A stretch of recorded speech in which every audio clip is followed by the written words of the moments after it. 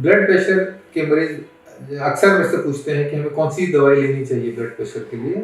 तो आज के युग में हमारे पास ब्लड प्रेशर के कम से कम 20 तरह के मॉलिक्यूल्स अवेलेबल हैं और ब्लड प्रेशर की दवाई के लिए हमारी गाइडलाइंस भी एकदम क्लियर है कि जो देयर आर 2 और 3 types of levels of blood pressure medicine. जैसे कि फर्स्ट लेवल में हमारे 3-4 तरह की मेडिसिन आती है जिसमें calcium channel blockers, ACE inhibitors, ARBs, diuretics और थायराइड डायरेटिक्स और नॉन थायराइड डायरेटिक्स जैसी दवाइयाँ रहती हैं।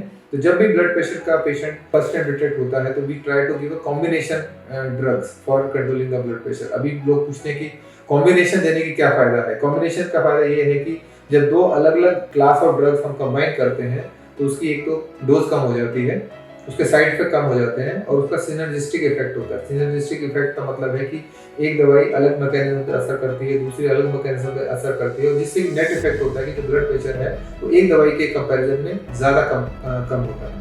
Then there is a second level of medicine जो कि हम फिर ऐड ऑन करते हैं। जिस सब जो 2 दवाइयों से किसी का मेडिसिन का ऐसे ब्लड प्रेशर कंट्रोल नहीं हो रहा तो फिर हम थर्ड दवाई ऐड करते हैं। वो देने के बाद उसको हर वीकली चेक करते हैं और उसके बाद फिर उसको कंट्रोल करने की कोशिश करते हैं। इस 3 दवाई से भी अगर बीपी कंट्रोल नहीं होता तो we are sometime more cautious कि कहीं हम कुछ ऐसी चीज़ तो नहीं है जो reversible cause of blood pressure को मिस कर रहे हैं। तो उसके लिए हम फिर अलग अलग तरह के टेस्ट करते हैं जिससे कि हम ब्लड प्रेशर मेजर करके उसको कंट्रोल करने की कोशिश करते हैं।